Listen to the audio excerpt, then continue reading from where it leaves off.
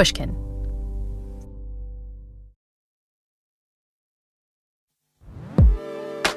Hey, Happiness Lab listeners. You're probably pretty used to me dispelling the myth that money can buy happiness. But this episode is a bit of an exception. Today, I'll be telling you that sometimes cold hard cash, no strings attached, can really do amazing things, like transforming lives. In fact, I'll be giving you the chance to use a small amount of your own cash to make a huge difference to hundreds of families. Kibobo, I think, is a great place if people want somewhere to support. People there are living in really desperate situation. They lack almost everything. But more on that in a moment. The holiday season is upon us, that most wonderful time of the year. And there are indeed lots of wonderful, happiness-inducing activities about to take place, from festive decorating to family gatherings to parties. But this wonderful time of the year is also known for another happiness-boosting tradition, giving. And I don't just mean wrapping gifts. This is the season to help people in need. The importance of generosity has even been codified into one of my favorite annual occasions, Giving Tuesday. The Tuesday after Thanksgiving, coming after consumption-oriented Black Friday and Cyber Monday, is now a day when many charities launch fundraising campaigns, and many people commit to donating to good causes. Traditionally on Giving Tuesday, we've brought you an episode about the happiness benefits of charity, but we don't just focus on any old giving. No, we want people to give as effectively as possible. The reason why we're spending money on charity, let's say, is because we really want to help. We want to do some good. And very few of us would say, well, I want to do good, but not that much good. This is Josh Green, a Harvard psychology professor and one of the brains behind Giving.org. Most people don't know this. The most effective charities in the world are orders of magnitude more effective than typical charities. And when I say effectiveness, I'm talking about how many lives can you save for per dollar or per $1,000 or $10,000? Or how much can you improve people's lives? And that's where GivingMultiplier.org comes in. It allows you to give to the charities you already care about, but to also contribute to one of these super effective organizations, preventing disease and curing blindness with every dollar. You enter the amount of money that you want to donate, and then we have this very nifty little slider where you put the amount in, and then you can slide it to decide, okay, do I want to split it 50-50, or do I want to give like 80% to the one charity and 20% to the other? Over the last 2 years, listeners have been going to givingmultiplier.org/happiness lab and being pretty hardcore with their generosity. You've raised nearly $500,000 to date, and a lot of that money has gone to super effective charities, which is totally incredible. If you like splitting your donations between your favorite cause and an effective charity, please go back to givingmultiplier.org/happiness lab. But this year, we want to zoom in on just one of the amazing nonprofits that Giving Multiplier works with. One with an incredibly simple mission. It's called Giving Directly. And that's basically its mission, to simply give money away. Which might, at first glance, sound kind of irresponsible, right? Charities should be carefully spending your donations, buying medicines and school textbooks or digging wells. But GiveDirectly transfers cash to people in extreme poverty. No strings attached, no questions asked, and trust them to spend it to improve their own lives. This idea challenges a lot of our prejudices. Can we really be sure that people will use the money well if we don't control how they spend it? My name is Jiaying Zhao. You can call me Jay-Z. I'm an associate professor in psychology and sustainability at the University of British Columbia. Happiness scientist Jay-Z is an expert on how people make decisions when they don't have enough money for their basic needs. It's a problem she's experienced. I grew up in poverty because I was born and raised in China in the 1980s. So I grew up in poverty for the first 10 years of my life. But when I got my PhD from Princeton, I was homeless for 3 months. My student status expired. I was waiting for my work permit from the Canadian consulate, which was on strike indefinitely. I basically couch surfed for 3 months. Probably slept on 10 different couches that I can keep track of. And it was rough. It was definitely very difficult. Jay-Z's lived experience has informed her research, but it's also been a source of continued pain, especially when people challenge her right to talk about poverty or dispute her life story.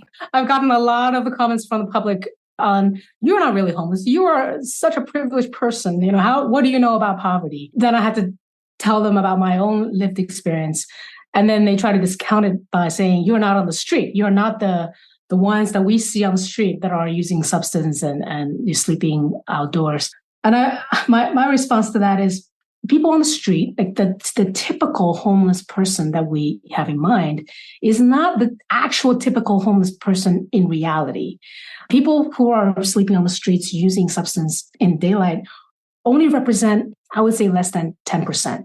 The vast majority of people are hidden. They're not in public view because they're in the shelters, they're couch surfing, they're sleeping in their cars, they're sleeping in abandoned buildings. And therefore, the public perception of homelessness is highly distorted from reality. Talk to me first about the usual approach to solving homelessness. How do people normally try to target this issue? Yeah, the typical approaches to homelessness is to provide emergency services like shelters. You can only stay for 1 month.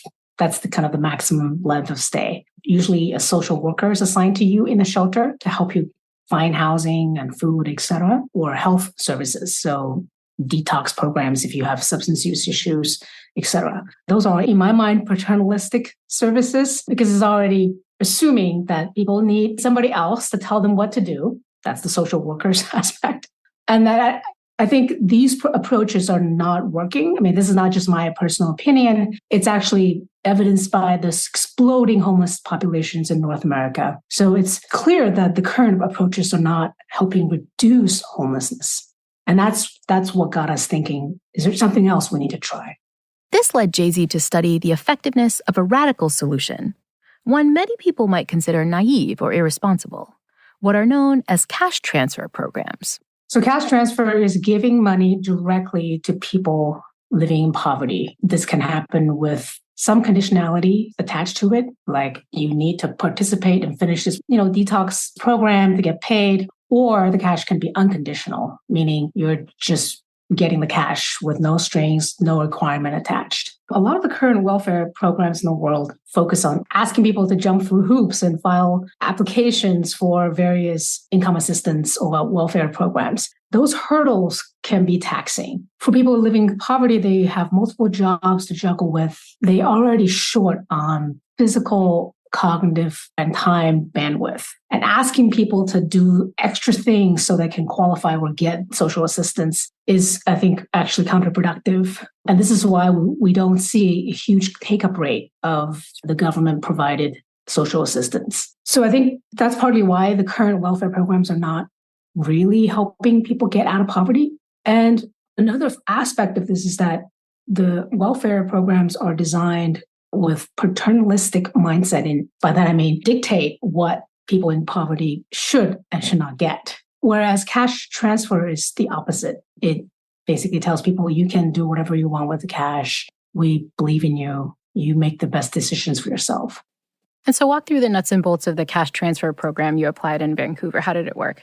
So we deployed a team of interviewers to 22 shelters in Vancouver to recruit participants. We ended up recruiting 115 people into the trial, and we randomly assigned 50 of them to receive a one-time unconditional cash transfer of $7,500. And the reason for $7,500 was that it was the annual income assistance in British Columbia back in 2016 when we designed the trial. They also receive income assistance also. So this is in addition to the welfare checks they're getting, not to replace what they're currently getting. We carefully screen people based on substance use, alcohol use, and psychiatric symptoms. So this particular subset represented about a third of the shelter population in Vancouver. When you followed up, what did you find? So we followed them for a year, and we found that this cash transfer reduced homelessness by 99 days per person. And that's pretty significant. I mean, I couch surfed for 3 months and I had great social support during those months, but putting somebody into stable housing 3 months earlier is tremendous. It reduces risks of harm, assaults, developing further substance use or mental health issues. And also importantly, they became less reliant on social services over 1 year. So each cash recipient actually saved the government $8,277 on average. So the net savings was over $700.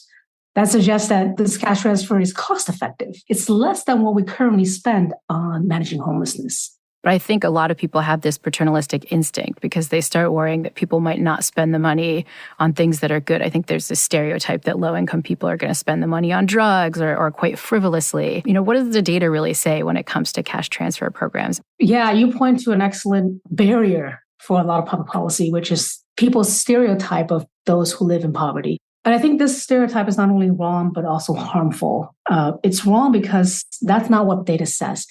The evidence, including our study, says that when people receive the cash, even when they're homeless, when they're in extreme poverty, they actually don't really spend the money on alcohol and drugs, these temptation goods. Instead, they spend it on rent, food, things that you need to survive. And there are dozens and dozens of studies out there to show cash transfers actually don't increase spending on temptation goods. Instead, there's a significant decrease in spending on temptation goods after the cash transfer. It's almost like people don't need the temptation goods as much when they aren't as stressed because they can, put food on the table and these things, right? Exactly. I mean, that speaks to kind of the self-medication part of poverty, or at least with the homeless population in Vancouver, what we found was there was actually a marginal decline in substance use severity after getting the cash transfer. So what this suggests is that people don't need to use alcohol and drugs when they're back in housing. When you are in poverty, you're short on cognitive bandwidth. You actually to use substance to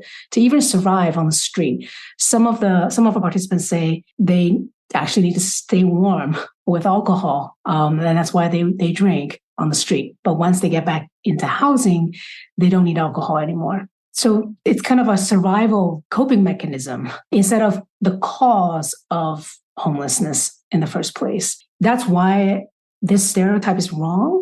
And I think it comes from the misconception that people end up in poverty because they screwed up. They made mistakes. Therefore, they cannot be trusted with money. That's typically not the case. People become homeless because they couldn't pay rent for 2 to 3 months, and then eventually they're evicted by their landlords.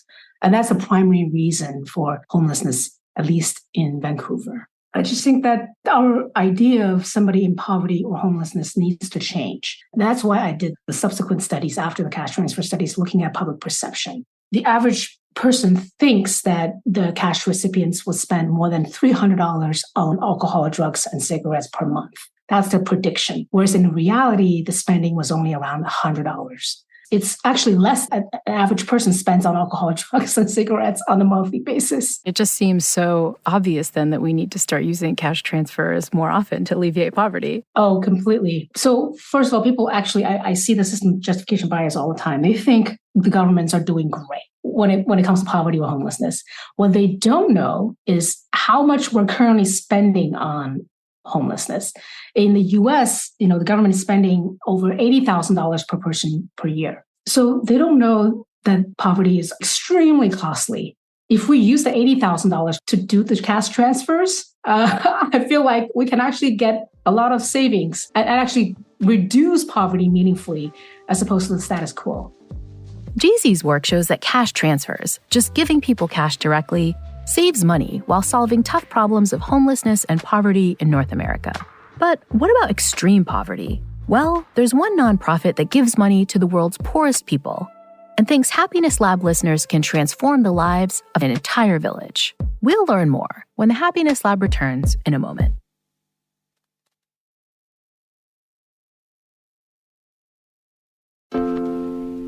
Thanks so much for taking the time for this. We're so excited to be collaborating with GiveDirectly. And no problem at all. And former politician Rory Stewart used to be in charge of Britain's foreign aid budget, billions and billions and billions of dollars.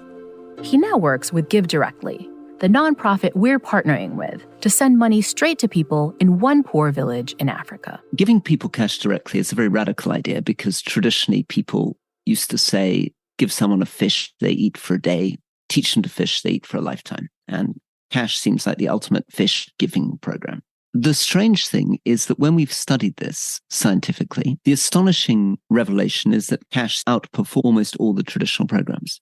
Just giving someone cash leads to better nutrition outcomes than running a nutrition training program. Now, why is this? And we see these results again and again. There have been sort of 300 of these studies, so many that we can't doubt it anymore.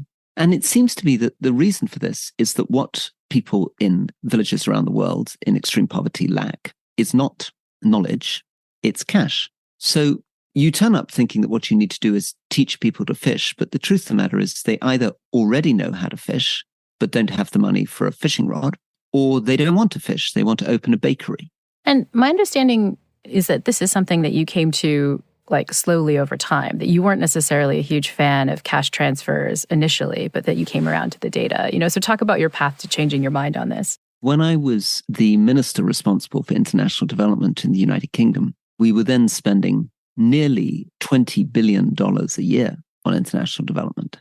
I was still buying into the old system. I still thought it was all about training people, teaching people. And I thought, well, if we give away cash, what are we all doing? I've got thousands of civil servants all over the world. What's the point of their master's degrees in international development, their speciality in health or education, if we're just going to give people cash? It's a very threatening model. So my mind was changed really by visiting a community on the Rwanda-Burundi border, which was funded by GiveDirectly. It was life-changing. Absolutely life-changing. This was almost 2 years ago now, because I saw that giving about, in those days, $750 per household to a village of about 100 houses completely transformed people's lives in a way that I could never have guessed, and in a way that I knew perfectly well the international development community would never have achieved with its normal programs. So what does that mean? That means that if you were to go to that village, you would find that within about 3 months, suddenly you go from almost nobody having a tin roof to almost everybody having a tin roof. You suddenly find electrification going from about 40% to about 80%. Livestock ownership, again, going from about a third of people to almost 80% of people having livestock. Huge improvements in the number of kids in school, in bone density, and you're achieving it all for a village that size for, I suppose, probably about $100,000. Now, if you were to turn around and say to a traditional nonprofit, how much would it cost you to achieve all those things I've just been talking about? The answer would be millions, because they would go and they would survey every house. They'd try to procure the metal roofs. They'd bring in their engineers. They'd run education enrollment programs. They'd run nutrition programs, etc. And they would probably achieve potentially even less for much, much more money, because they're not tapping into the knowledge of the local individual. The point is that every individual in each house in that village has a separate set of needs, and we need to respect that. Give them dignity, give them freedom to address them. And that turns out to be the most effective way of doing development as well. And so given all these successes, I'm wondering why more organizations aren't just giving cash away. Why are people skeptical given all these amazing data suggesting that it works really well? I think there's an element of vanity. I think a lot of philanthropists don't just want to give cash. They want to feel that they've got a brilliant business brain and they've set up an amazing company, and therefore what people need is not their money, but their brain. There are endless stories of wealthy people thinking that they'd be embarrassed saying to their friends when they say, what do you do for your philanthropy? Oh, I just give cash. They want to have an interesting story at a dinner table. They want to be able to say, oh no, I've invented a seesaw, which also acts as a pump for water. So when children go on the seesaw, it pumps water for the village. Or I've realized that if you give chickens to people, the chickens have eggs and the eggs have more chickens. They want to feel that they've found some new idea, some silver bullet. They're not at all comfortable with the idea that actually their ideas are much less important than their money. And so that's kind of the wealthy philanthropist's version of why they're a little bit worried about giving money directly. What do you think about people who are just, I'm going to donate, $50, $100, someone who's donating a small amount, but that has some worries about whether or not that money will go to something really useful? Well, I think if you're donating a small amount, there's almost nothing better than cash. If you give $50 or $100 to a traditional nonprofit, I don't know what they do with that money. Their budgets are enormous. They have incredible number of staff. Their implementation costs are very high. So that money will disappear very quickly. But $50 or $100 delivered to someone in extreme poverty has 100 times the impact that it would in the United States. It would be giving $5,000 or $10,000 to someone in the United States. It might be the recipient's first chance to have a roof on their head, the first chance to get the children to school, the first chance to eat more than one meal a day. And that's the kind of thing that GiveDirectly does. So talk a little bit about this organization and how it really gets money directly to the people who need it. Well, GiveDirectly was the brainchild of some economists at Harvard and MIT who began seeing all this data and thought, well, why don't we try to see what would happen if we just gave cash? And they started in Kenya.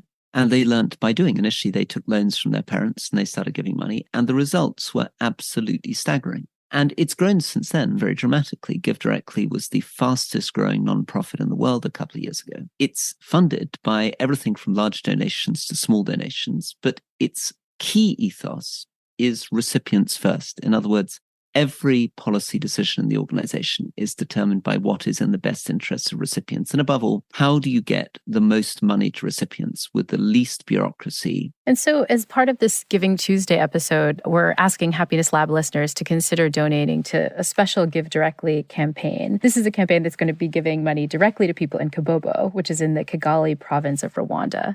Tell me a little bit about life in Kibobo and why GiveDirectly is trying to do some campaign there. Well, Kibobo, I think, is a great place if people want somewhere to support. It's a village. It's a village with just over 90 households, a typical small village in Rwanda. And people there are living in really desperate situation. They lack almost everything. Lack clean drinking water. So you will see communities going down to a dirty riverbed to try to get their water. And of course, that has a huge health impact in terms of waterborne diseases. Many of them lack decent shelter. The school is a long way away. The clinics are a long way away. Getting anywhere is difficult. Setting up a small business is difficult because the road infrastructure just isn't there to support you. So you're held back by public infrastructure, but you're also held back primarily by the fact you don't have simple cash. Getting a little bit of cash is what will allow you to fix your house, buy a cow, which could have a calf, provide milk for your family, set up a small tailoring business or a bakery, or just buy a motorbike in order to get into town. Provide the support to get your children's uniforms and textbooks into school, get a relative who's ill to the local hospital, start investing a little bit in your land, buying some seeds, buying some fertilizer. These things are genuinely life transforming. It's one village, and if we were able to raise $100,000 through the Happiness Lab, that would be enough to cover almost everybody in that community and really transform their lives. And a small donation of $50, $100 goes a very long way because we're looking for $1,000 per household. That would cover generally 2 adult individuals and a number of children. And yeah, anything would go a very long way. And with the caveat that the whole point of giving directly is that the people in Kibobo will get to use the cash for whatever they want, what's the expectation of the kinds of things they're going to use this cash for? The majority of people will invest in running electricity into the community, fixing the roofs of their houses, getting livestock, cows, providing nutrition for their children, meals, investing in small businesses, in many cases running clean water pipes into the community, all these kind of things, that addressing the basic needs, which will be very different village to village, house to house. But the great thing about cash is it's flexible. And this is really powerful because it suggests that these kinds of donations aren't just ones where you're, adding to some administrator's hefty fees. Like the cash is really going to go via mobile phone into people's pockets directly, right? Right, exactly. And that's the fundamental thing. We believe that individuals know better than anyone else what they need and how to spend that money. So if you think about a group of your friends or family, you, Laurie, might want to be setting up a small business because by some miracle, your kid's already in school. I might not have my kid in school, so that might be my priority. My neighbor might already have a small business and a kid in school, but might have a very sick aunt. The person 4 doors down might be blind, and what they would really need is someone to support them in bringing water up to their house and getting a decent front door. But what you can't do as an outsider is guess all these things from 5,000 miles away. What the cash does is let the individuals in those communities address their own needs directly. And a lot of what we talk about in the Happiness Lab are the kind of benefits that come from doing these kind pro-social acts, not just to the people who receive these donations, but to the people who are doing the donating. As you've worked with GiveDirectly and kind of seen the impact of their work, has this really changed your happiness? Do you think it can change the happiness of the people who are making these small donations? Absolutely. I mean, for me, visiting that village on the Rwanda-Burundi border, realizing that giving $1,100 could transform somebody's life was extraordinary. I mean, it was a great gift to me, not to them, to feel that I was able to do some good in the world so simply and so straightforwardly. The woman who I was supporting, I mean, in her house, there was only a single object, which was one metal pot. She didn't have a plastic bucket or a chair or a mattress or anything. And she was looking after 3 grandchildren on $6 a month. And I think it's deeply fulfilling to be able to engage with supporting communities. And I think GiveDirectly is also quite good at keeping you up to date on the progress those communities are making so that you can have a feeling of what the practical impact is. But yet there's so much pushback about the possibility of just giving cash directly. I mean, is this something you find frustrating? Kind of how do you deal with it? Without being too geeky about it, I would say follow the evidence. And the evidence is that people put the money to better use than almost anything else. When I say evidence, I mean really compelling randomized controlled trials like medical trials where you're following thousands of people, a random group over many years. And what you find is, yes, a few individuals might misuse the money, but by and large, there is almost no intervention in poverty which has the impact that cash has. And I know it's a difficult step. It was a difficult step for me when I was working in international development. I was just like, well, what are you talking about? I mean, we've spent decades trying to come up with cunning plans and building things for other people. And now you're saying we'd be better off just giving them cash and stepping out the way. I know that's a very radical, difficult view, but particularly in a world that's understandably worried about colonialism, about patronizing development aid, this is the most radically respectful thing you can do, because you're saying that people in extreme poverty know more, care more, can do more than I can. You're respecting their dignity, you're giving them freedom of choice, and you're trusting them to spend the money far better than any outsider could do on their behalf. I hope this episode has convinced you that cash transfers are a great way to help people in need. But knowing about the effectiveness of giving directly is only the first step. To really see the power of cash transfer, nonprofits like GiveDirectly need that cash to transfer. So this Giving Tuesday, why don't you join me and other Happiness Lab listeners to help the people of Kibobo? Last year, our listeners raised a lot of money for people in need. But this year, we might be able to completely lift an entire village out of extreme poverty. So head right now to givedirectly.org/happiness. That's givedirectly.org/happiness. And give what you can, even if it's just a couple of bucks. As we heard in this episode, that $3 that you might waste on a cup of coffee may be able to do a lot more good when you give it directly, both for the people in need and for your own sense of happiness and purpose. That website again is givedirectly.org/happiness.